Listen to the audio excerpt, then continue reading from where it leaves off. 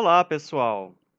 Bom dia, boa tarde ou boa noite, mais uma vez, dependendo do momento em que vocês estiverem vendo essa aula. Bom, gente, esta aula de hoje é um pouco mais curta, pois aqui nós vamos tratar apenas de falar as bases das análises, né, dos softwares de análise de marcadores moleculares, ok? Aqui nós vamos tratar dos princípios por trás, os princípios mais básicos por trás das análises efetuadas por alguns dos principais softwares para análise de marcadores sem conhecimento de sequência e com conhecimento de sequência, ok? Então, vamos à aula. Bom, então, no nosso plano de aula de hoje, bem simples, nós iremos então apresentar as bases de interpretação de marcadores de DNA, apresentar também os softwares de análise, alguns softwares de análise de marcadores moleculares, né? Tais como software de análise de marcadores moleculares sem conhecimento prévio de sequência e marcadores moleculares com conhecimento prévio de sequência, né? No caso aqui nós temos o exemplo do GLJ para análise desses marcadores sem conhecimento de sequência, apenas analisando-se o perfil eletroforético de bandas, e nós temos aqui um programa, né, um software para análise de marcadores com conhecimento de sequência, né? Nós temos a sequência e então nós podemos fazer análises com base nessas sequências. Bom, a interpretação de marcadores, ela envolve então o princípio, né, por trás, o princípio da genética por trás desses marcadores. Eh, não somente da genética, mas também o princípio da técnica, né, de obtenção desses marcadores. E aí então nós podemos analisar a genética, né?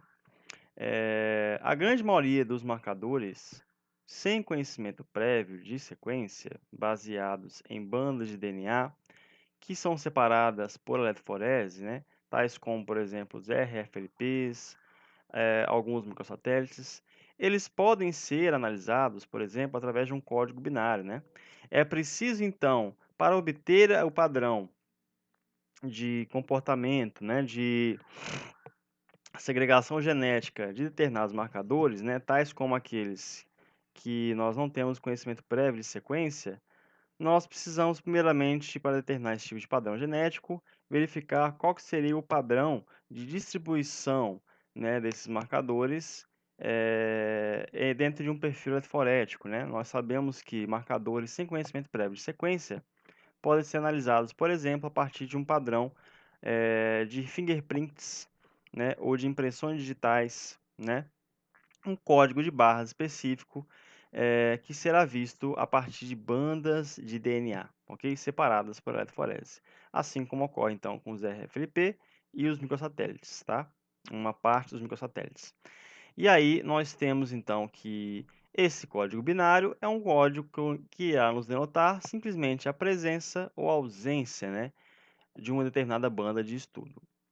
Essa presença e ausência, então, ela vai ser pontuada de acordo, então, com a presença, por exemplo, a pontuação seria 1 e a ausência, a pontuação seria 0. Mas nós podemos analisar todas as bandas de um determinado perfil eletroforético, como nós também podemos analisar apenas as bandas que são informativas, ou seja, as bandas que apresentam variação ou as bandas polimórficas. Esses valores binários, então, são analisados de diferentes formas, né? A partir de diferentes modelos estatísticos e matemáticos, por exemplo, de acordo, então, com as suas prováveis possíveis aplicações. Bom, então, nós temos, por exemplo, uma aplicação, no caso, que seria a obtenção de uma relação evolutiva, né? Uma relação dita, por exemplo, filogenética. Nós queremos, então, ver a relação de ancestralidade entre indivíduos, né? E esses indivíduos, no caso, eles podem estar, então, amostrados em um dado perfil eletroforético, né? Um dado de eletroforese, em que nós usamos a técnica de PCR para a obtenção das informações deste marcador, né? E aí nós temos então um marcador aqui que é baseado em PCR, seja esse marcador, por exemplo, um RAPD, seja esse marcador um AFLP, que tem uma parte que também utiliza PCR, seja esse marcador microsatélite, ok? Dentre outros. Então nós temos então, como um todo, o marcador baseado apenas, a sua visualização, né, a visualização do marcador, ele é baseado apenas na visualização do perfil eletroforético desse marcador em um gel de eletroforese, uma matriz eletroforética. Nós sempre teremos então bandas que são ditas monomórficas, né, monomórficas, e bandas ditas polimórficas, tá? Acredito que, no caso, o que seria mais informativo para todas as análises é que nós pontuemos apenas a presença de bandas polimórficas, justamente porque nós queremos detectar a variação entre indivíduos, né? E aí verificar quais indivíduos apresentam o mesmo tipo de variação, tá? Dentro de uma população. E aí nós temos, por exemplo, né, se comparar com o indivíduo aqui 2, 3, 4, 5, 6, 7, por exemplo, nós vamos ter então que bandas monomórficas podem ser pontuadas como 0, bandas polimórficas pontuadas como 1, tá? E aí nós temos então a pontuação dessas bandas, tá? A partir então da presença e ausência de bandas polimórficas, tá? Mas novamente só para dar, no caso, essa informação a vocês, nós sabemos que algumas análises também podem pontuar bandas monomórficas, tá? Para podermos realmente ter uma comparação total, né, entre indivíduos. Mas repito que as bandas mais informativas sempre serão, como é o objetivo, né, dos marcadores moleculares, como nós sabemos, é a detecção de realmente perfis polimórficos. E aí então, se nós levarmos essa pontuação para uma dada matriz, né, se nós começarmos a comparar essas pontuações para cada indivíduo e compararmos indivíduos entre si, né, 2 com 3, 2 com 4, 2 com 5, 2 com 6, 3 com 4, 3 com 2, etc., tá? Nós teremos então, por exemplo, que haverá uma certa similaridade de acordo com os mesmos tipos de padrões binários, tá? De acordo com a presença e a ausência de bandas polimórficas, tá? E aí nós podemos então comparar indivíduo a indivíduo para então verificarmos o grau de similaridade ou semelhança entre eles, ok? Obviamente que indivíduos comparados com eles mesmos serão sempre 100% similares, né, ou 100% semelhantes, tá? Por isso que essa diagonal aqui, ela apresenta-se como 100. E aí, então, quando levamos essa matriz, né, essa matriz gerada de semelhança entre indivíduos para uma figura esquemática mostrando essa similaridade, nós podemos, então, gerar o que nós chamamos de dendrograma, tá? Um dendrograma nada mais é do que um esquema na forma de uma árvore, tá? Em que nós temos, então, agrupamentos. E esses agrupamentos irão, consequentemente, agrupar indivíduos de acordo com as suas semelhanças, tá? Quanto mais semelhantes são os indivíduos distintos dentro de uma população, mais próximos eles serão dentro desses grupos ou clusters, né? E aí nós temos, por exemplo, grandes clusters que abrigam, por exemplo, grupos menores dentro deles. E aí este grupo, por exemplo, haverá então uma grande similaridade que será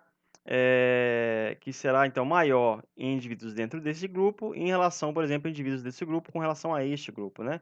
Então, esses dois indivíduos são mais similares, mas são mais dissimilares de indivíduos deste grupo aqui, ok? Então, a partir novamente de um perfil eletroforético, nós podemos então fazer uma análise das bandas, bandas monomórficas, bandas polimórficas, fazer então uma pontuação dessas bandas, verificar quais são as bandas que têm valor significativo, valor informativo, montar uma matriz genética de similaridade por comparação entre indivíduos, e aí, então interpretar, né, matematicamente, estatisticamente, esta matriz na forma de um dendrograma, ok? E esse dendrograma ele também vai corresponder, por exemplo, a uma análise matemática específica. Eu posso, por exemplo, dar pesos, né? Dar valores específicos, né? Agregar valores, multiplicar valores a dadas posições em relação a outras, tá? Indivíduos, por exemplo, que apresentem esta posição, podem ter, por exemplo, essa posição aqui tendo maior peso do que em relação a outras posições, o que faz então que às vezes eles sejam mais próximos de uma análise, tá? Se nós não temos então nenhum sistema de pesos, nós temos então análises mais simples, né, em que em todas as posições elas podem ter o mesmo conteúdo informativo, né, em termos de análise de similaridade. Por exemplo, aqui, esse método PGMA, ele é o método mais simples, em que nós não temos peso, né, e nós não temos nenhum tipo de banda dentro desse fingerprint ou dentro dessa amostragem que tem um maior peso informativo em relação à variabilidade. Bom, então nós temos aí o GeoJ, por exemplo, né, que é uma ferramenta de fato para analisar imagens contendo fingerprint de DNA, tá? Esses padrões de separação eletroforética de bandas, tá? De DNA, e ele é utilizado justamente para verificar as similaridades entre indivíduos a partir justamente da análise dessas imagens, tá? Simplesmente verificando aonde que ocorre uma dada concentração de pixels e interpretando essa concentração de pixels em uma imagem na forma de presença e ausência, ou em um código binário. E aí nós temos então a interface do GeoJ, que é uma interface bem amigável, tá? O GeoJ ele é um software que roda interplataformas, ele roda em mais de um tipo de plataforma, interoperacional, tá? Pois ele é escrito na linguagem de Java, então ele pode ser, por exemplo, ele pode funcionar muito bem, por exemplo, no sistema Windows ou no sistema Unix, como Linux, por exemplo, dentre outros, tá? Então aqui nós temos, por exemplo, como quase todos os programas com interface gráfica, uma barra de ferramentas principal, com barra de ferramentas secundárias, tá? Aqui, por exemplo, sobre experimentos, características específicas do experimento, tal como, por exemplo, identificação da linhagem, né, o tipo de marcador, o tipo de grupo, se é um marcador de referência, etc. E aí nós podemos agrupar, então, as diferentes comparações entre indivíduos, né? E aí, tomando a imagem contendo o perfil eletroforético, nós podemos, então, fazer, então, uma figura esquemática na forma de um dendrograma que irá, então, agrupar indivíduos que apresentam padrões mais semelhantes. Bom, e aí nós temos os marcadores com conhecimento de sequência, marcadores que nós temos dado de sequências nucleotídicas, né? Tais como, por exemplo, os marcadores SNPs. Os marcadores SNPs eles podem então ser analisados através da análise dessas sequências polinucleotídicas de indivíduos dentro de populações. Para isso, é necessário, obviamente, que nós realizemos um alinhamento das sequências, tá? Uma comparação entre as sequências, para a verificação de posições, né? De cada posição que possa vir a conter um SNP, por exemplo. E aí, então, nós temos que ter isso muito bem em mente, porque nós precisamos distinguir entre possíveis erros, artefatos de sequenciamento, né? E distinguir esses erros dos verdadeiros SNPs, né? Quais são aquelas posições polimórficas que de fato correspondem a um polimorfismo genético, né? No caso, um SNP. E quais são aquelas que ocorrem variação devido a algum tipo de erro do sequenciamento, né? Um artefato, por exemplo, né? E aí, então, nós temos que então fazer aquelas análises que nós vimos na aula de sequenciamento, né, de marcadores baseados em sequenciamento. E aí, nós podemos determinar então o padrão de SNPs em uma dada cadeia polinucleotídica, né? Esse padrão de SNPs em uma dada cadeia polinucleotídica, né? Distinguindo então SNPs de posições monomórficas, elas são denominadas de haplótipos, né? Então, haplótipos, no caso, contendo então um conjunto de SNPs específicos, podem ser utilizados para diversas análises, né? Tal como, por exemplo, análise também de semelhança, né? De similaridade entre indivíduos. Bom, então só revisando o conceito de haplótipo, né? O haplótipo, ele é então um conjunto único de SNPs presentes em um mesmo cromossomo a rigor, né? Se nós tomarmos uma única fita polinucleotídica, né? Uma fita dentro de uma cadeia, de uma fita dupla de DNA, né? Nós temos então que essa fita completa com o seu arranjo único de SNPs é denominado de haplótipo, tá? Mas nós também podemos tomar somente segmentos desses cromossomos, né? E então verificar quais são os conjuntos de SNPs dentro desses segmentos. Isso também será visto, né? Se nós delimitarmos basicamente regiões homólogas, né? Regiões equivalentes entre cromossomos, nós teremos então haplótipos dentro dessas regiões, né? Esse conjunto de SNPs dentro de fitas polinucleotídicas, né? E aí, então, nós temos padrões de SNP específicos. E, logicamente, as posições informativas são aquelas que apresentam polimorfismo. Então, nós desconsideramos as posições monomórficas e levamos em consideração apenas as posições polimórficas, tá? E aí, então, os marcadores SNPs, eles podem ser utilizados para analisar a homologia, né? Homologia que, em termos de similaridade, tá? Similaridade de sequência, em alta resolução. Pois, diferentemente da análise de padrões de bandas, né, em perfis eletroforéticos, nós agora iremos analisar ponto a ponto, posição por posição, a composição de determinadas fitas de DNA, né? Por exemplo, um fragmento que a gente analisa num gel eletroforético, né, num perfil eletroforético, ele tem uma sequência, né? Mas nós não estamos analisando exatamente a sequência, nós estamos analisando o efeito da variação na sequência sobre o perfil eletroforético. Aqui não. Aqui nós iremos analisar, né, o efeito que ocorre em cada posição, né, o efeito de um dado polimorfismo genético em cada posição. E aí, por isso nós dizemos que estamos fazendo análise de alta resolução. E da mesma forma, nós podemos montar uma figura esquemática na forma de dendrograma, que então representa, né, a proximidade de determinados indivíduos entre si, né, e a distinção de determinados grupos entre outros grupos. E aí nós podemos ter até posições ditas degeneradas, né? Se nós temos aqui, por exemplo, né, nós temos posições monomórficas em que apresentam-se a mesma posição, A, C, G e T, por exemplo, né? Nós podemos representar isso, então, numa análise de sequência, tá? Na forma simplesmente da representação dessas bases, mas nós também podemos, se nós não tivermos a informação da base específica dentro de uma posição, né, a gente pode colocar então um coringa, né, no caso que seria a inosina, tá? Então aí nós temos, se nós temos a afirmação completa de que aquela posição ela é de fato um A, né, e se mantém, né? Se nós compararmos sequências e aí nós temos um A naquela posição, num consenso, né? Após o alinhamento de sequências, a comparação de sequências, nós temos aquela posição como um A. No caso, então, nós podemos colocar realmente essa identificação na posição. Da mesma forma, com o C da citosina, né, o A da adenina, logicamente, o C da citosina, o G de guanina e o T de timina, né? Se nós não sabemos a identidade da base naquela posição, nós temos então coringa, no caso que é uma base, no caso mais simples, sem alguns grupos exocíclicos, que no caso é a inosina, né? Isso aqui tudo com base, gente, na questão do próprio sequenciamento, tá? De qual que é o output, qual que é a saída do sequenciador, né? E quando a gente compara com sequências distintas, nós vamos ter então aqui, por exemplo, posições que podem ser definidas, né, ou posições indefinidas. E aí, caso nós venhamos, aí aqui agora vem a questão da presença de variações, né?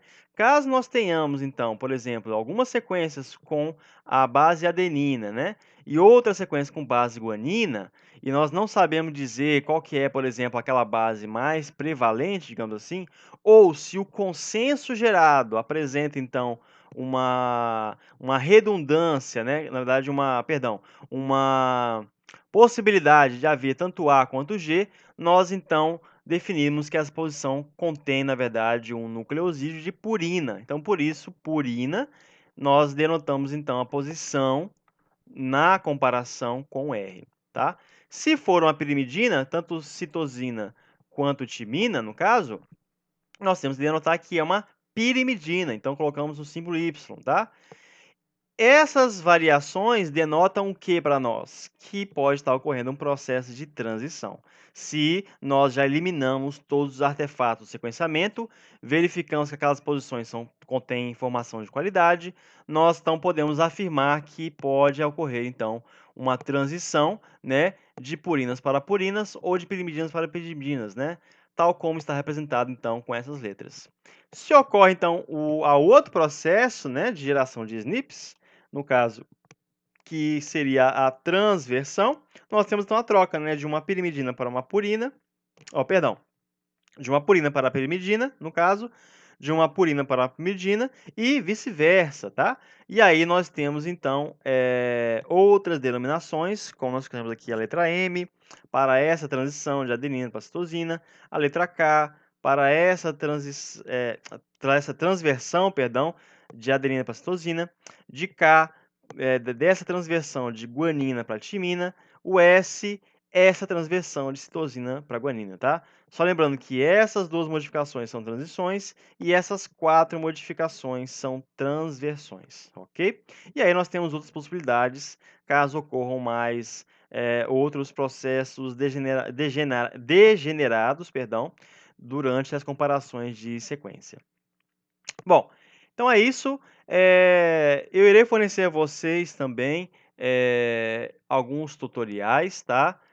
Do YouTube, no caso, baseados no YouTube, sobre a utilização do software GeoJ, tá? Para análise de marcadores sem conhecimento de sequência, tá? Ele pode ser obtido a partir desta página da internet, né? Desse banco de programas que é o SourceForge, ok? Nós também veremos, né, em um tutorial a utilização do programa, né, do software Mega na versão 7, tá? Que pode ser obtido a partir desse site, nessa página da internet, tá? Do próprio Mega, tá? E vocês também podem ter a possibilidade de ver, no caso, né? Eu não irei mostrar aqui um tutorial específico para o BioDit, né? Talvez nós não venhamos não tenhamos este tutorial, no caso, né? Mas nós também podemos utilizar este programa, o BioEdit, para que possamos então comparar alinhamentos, tá? O Mega, ele é um programa, por exemplo, que é denominado também de uma suite, tá? De softwares, que é utilizada, por exemplo, para fazer diversas análises, tá? Não somente alinhamentos, mas também análises filogenéticas, tá? O BioEdit é um programa também mais dedicado à questão dessa comparação de sequências, né? De alinhamentos e de análises dos alinhamentos realizados, tá? Esse programa, o BioEdit, ele pode ser encontrado também nesta página da internet, tá? Bom, gente, é isso. Espero que vocês tenham gostado. Essa aula foi um pouquinho mais curta, apenas para mostrar a vocês os princípios gerais que permeiam esse software de análise de marcadores moleculares, tá? Em que eles se baseiam para, então, realizar as análises desses marcadores. Então é isso. Fiquem bem. Um forte abraço a todos e até a próxima aula.